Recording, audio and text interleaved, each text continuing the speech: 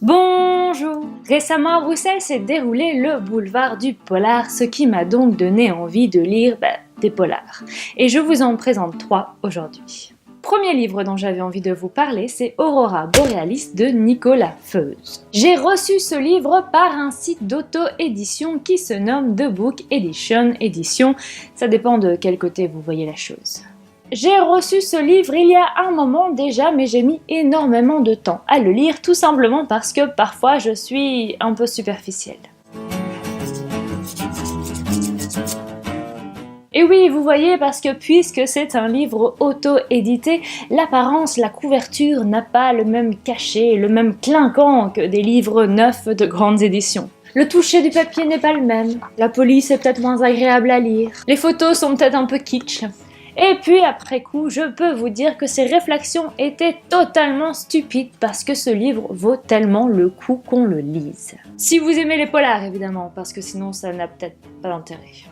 Un petit mot aussi sur l'auteur Nicolas Feuze parce que je trouve que son parcours est très intéressant. Il fait des études de droit et en 1999, il devient juge d'instruction. En 2008, il préside le collège des juges d'instruction et en 2011, il devient procureur.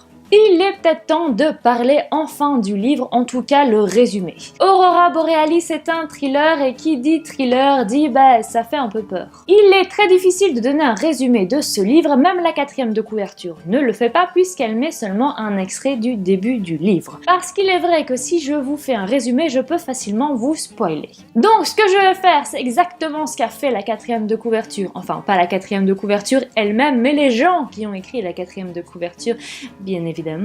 Je vais donc un peu vous donner l'ambiance du début du livre. C'est une scène où il y a 3 hommes, le personnage central qui se tient debout. À ses côtés se trouve un autre homme totalement effrayé et un autre complètement mort qui a une balle en pleine tête. Une question revient et stresse énormément le personnage central, c'est qu'est-ce qui s'est passé en Laponie? Eh bien justement, c'est ce qu'on va découvrir à travers tout le livre et c'est extrêmement prenant, extrêmement bien fait et on a vraiment ce dénouement à la fin qui évidemment nous fait remettre en place toutes les pièces du puzzle et surtout j'étais complètement accro à ce livre à tel point que je l'ai dévoré. Vous allez me dire, c'est assez commun peut-être chez vous, sauf que chez moi, quand je sais que je dois me lever tôt le matin, qu'il me faut 8 heures de sommeil et que le sommeil est quelque chose de primordial pour moi, m'en priver parce que je suis tellement accrochée à un livre n'est pas forcément quelque chose de très commun pour moi. Et la fin du livre est tellement bien conçue, tellement bien pensée et réfléchie que j'ai adoré. Parce qu'il arrive que dans certains polars à la fin du livre, j'ai l'impression que l'auteur me prend pour une grosse clite. Et là, tu as envie de dire à l'auteur, penses-tu vraiment un seul instant que j'ai cru à ton histoire complètement tordue? Eh bien, dans ce livre, justement, ce n'est pas du tout le cas. Tout est bien monté, il y a des indices un peu partout, et c'est juste waouh!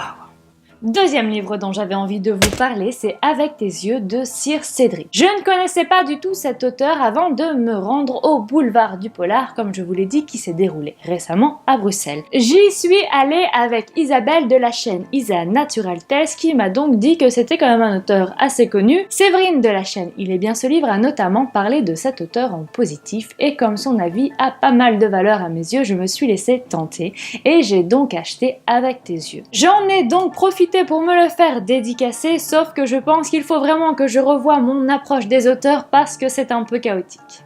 Bonjour. Merci pour la dédicace.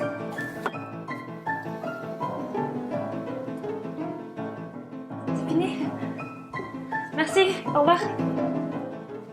Évidemment, mon but n'est pas seulement d'avoir une dédicace de l'auteur, ce serait aussi d'avoir un échange avec lui.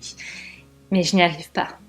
Je ne sais pas exactement ce que je peux leur dire, notamment quand je n'ai lu aucun de leurs livres. J'ai encore plus l'air con. Et quand bien même j'ai lu un livre ou plusieurs de l'auteur, je ne sais pas vraiment quoi leur dire parce que j'ai l'impression que je vais dire exactement la même chose que les 20 personnes devant moi et que ça va vraiment les faire chier. Et puis, disons-le, je ne suis pas douée pour ces petites discussions de courtoisie ou de politesse qui me font clairement chier aussi. Maintenant, passons au résumé du livre. On va suivre Thomas qui a des insomnies depuis quelques mois, il n'arrive donc pas à dormir, vous l'aurez compris, mais surtout quand il arrive un peu à fermer les yeux, il fait des cauchemars horribles.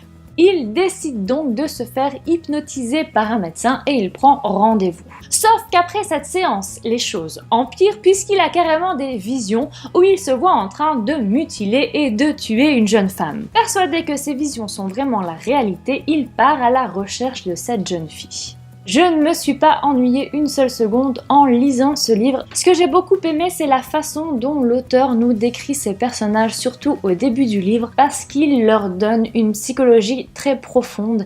Ils ont tous une petite particularité, ou en tout cas une faiblesse, et c'est extrêmement bien décrit. Petite précision pour les âmes sensibles, il y a quand même quelques détails un peu glauques concernant les mutilations, à tel point que parfois j'étais quand même un peu retournée.